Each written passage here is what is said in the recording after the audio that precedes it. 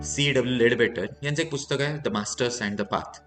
या पुस्तकात एक छान स्टोरी आहे. या पुस्तकात खरं तर भरपूर स्टोरीज आहेत. आपण याच्या आधीही या रिलेटेड व्हिडिओज बघितलेले आहेत.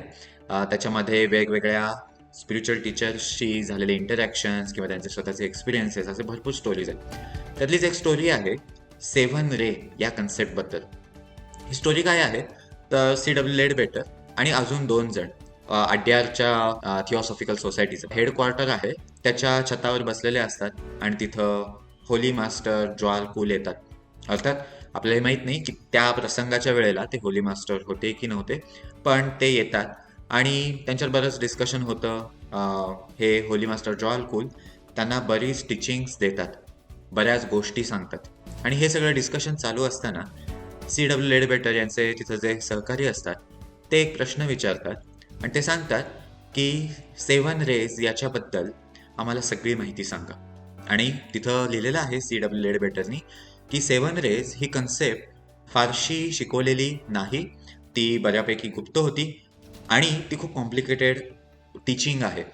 त्याच्याबद्दल थोडीशीच माहिती रिव्हील करण्यात आली. याच्या पुढं होली मास्टर जॉल कूल हे वाक्य ऐकतात. C.W. लेडबेटर म्हणतात की त्यांच्या डोळ्यात चमक येते आणि ते म्हणतात की याबद्दल सगळी माहिती सांगणं हे शक्य नाही. का? कारण ती माहिती फक्त काही हाय इनिशिएट्सनाच सांगता येऊ शकते. म्हणजे काय, जे खूप स्पिरिच्युअली इव्हॉल्व आहेत त्यांना 7 रेज बद्दल माहिती देता येऊ शकतं. एक कन्सेप्ट आहे सप्तर्षी. या सप्तर्षी या कन्सेप्टशी या 7 रेजच्या गोष्टी कनेक्टेड आहेत. त्याच्यापुढं होली मास्टर जॉल कूल त्यांना विचारतात की तुम्ही तोपर्यंत वाट बघाल की त्या पदाला तुम्ही पोहोचाल आणि मग ती माहिती मिळवाल, की आत्ता अगदी थोडीशी माहिती तुम्हाला ऐकायची आहे, कदाचित जी समजणार पण नाही. आणि हे सगळे म्हणतात की नाही, आत्ता आम्हाला जेवढं ऐकता येईल, जेवढं तुम्हाला सांगता येईल तेवढं जाणून घ्यायचं. आणि मग होली मास्टर जॉल कूल ठराविक माहिती त्यांना देतात. आणि मग C.W. लेडबेटर तिथं असंही म्हणतात की जे ऐकलं त्यातलं फारसं समजलं नाही, कारण ही कन्सेप्ट खूप कॉम्प्लिकेटेड आहे. पण थिओसॉफीच्या वेगवेगळ्या पुस्तकांमध्ये या 7 रेज बद्दल ठराविक माहिती दिलेली आहे.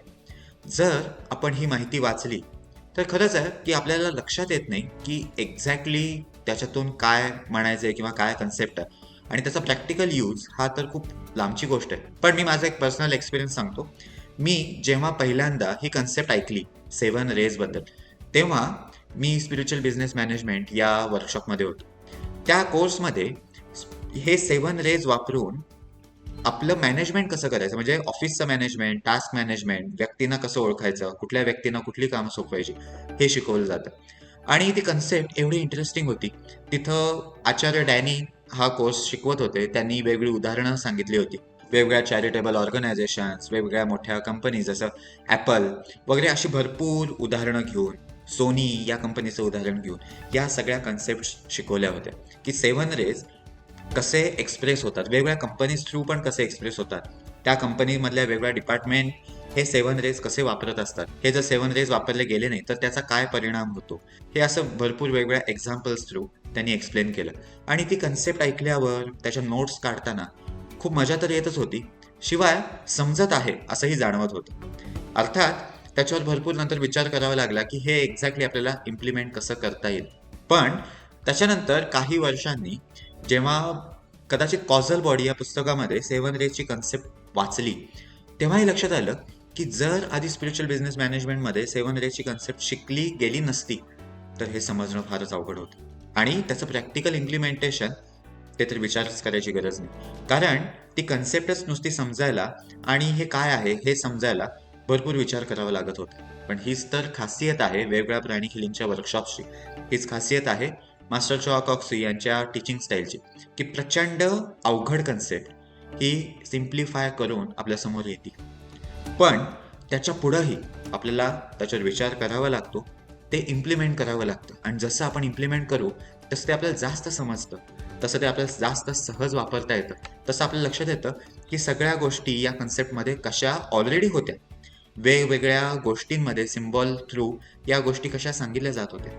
आपण या 7 रेज, विशेषतः मॅनेजमेंट थ्रू 7 रेज या कन्सेप्ट वापरून हे आयडेंटिफाय करू शकतो की ही एक पर्टिक्युलर व्यक्ती आपली कलिग असेल किंवा आपल्या स्टाफपैकी कोणी असेल, तर कुठलं काम ती व्यक्ती व्यवस्थित करू शकते, पण एवढंच नाही, हे काम ती व्यक्ती करू शकेल, पण याच्याबरोबर कुठले ड्रॉबॅक्स त्या व्यक्तीमध्ये असतील हे ऑलरेडी आपल्याला माहीत होऊ शकतं जर आपण यांचा अभ्यास केलेला असेल तर.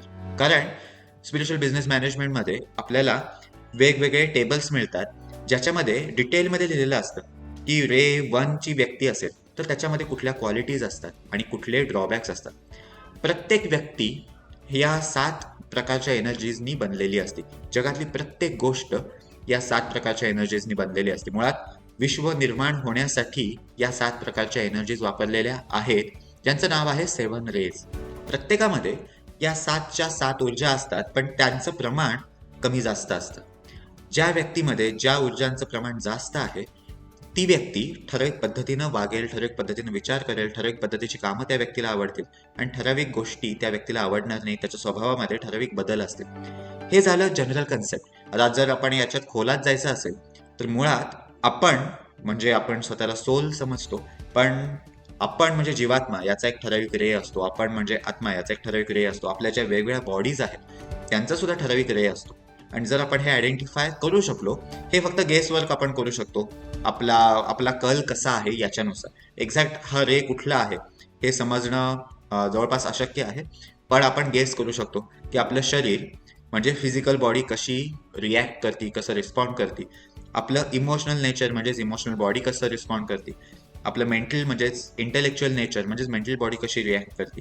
आणि याच्यानुसार आपल्याला हेही लक्षात येईल की कुठल्या क्वालिटीज आपल्यामध्ये सहज डेव्हलप होण्यासारख्या आहेत, त्याच्यानुसार आपण कुठलं काम जास्त चांगल्या पद्धतीने करू शकतो आणि त्याच्याबरोबर ड्रॉबॅक्स कुठले येतील. एक्झाम्पल, एक पर्टिक्युलर रे आहे, ज्या रेची व्यक्ती ही प्रचंड श्रद्धाळू असते, एखाद्यावर पटकन विश्वास ठेवते, पण ती व्यक्ती थोडं काही झालं की त्या व्यक्तीचा मूड ऑफ होतो, मग ती जास्त नावं पण ठेवते आणि ती व्यक्ती जास्त मेंटल वर्क करू शकत नाही, म्हणजे जास्त विचार नाही करू शकत, जास्त अभ्यास नाही करू शकत.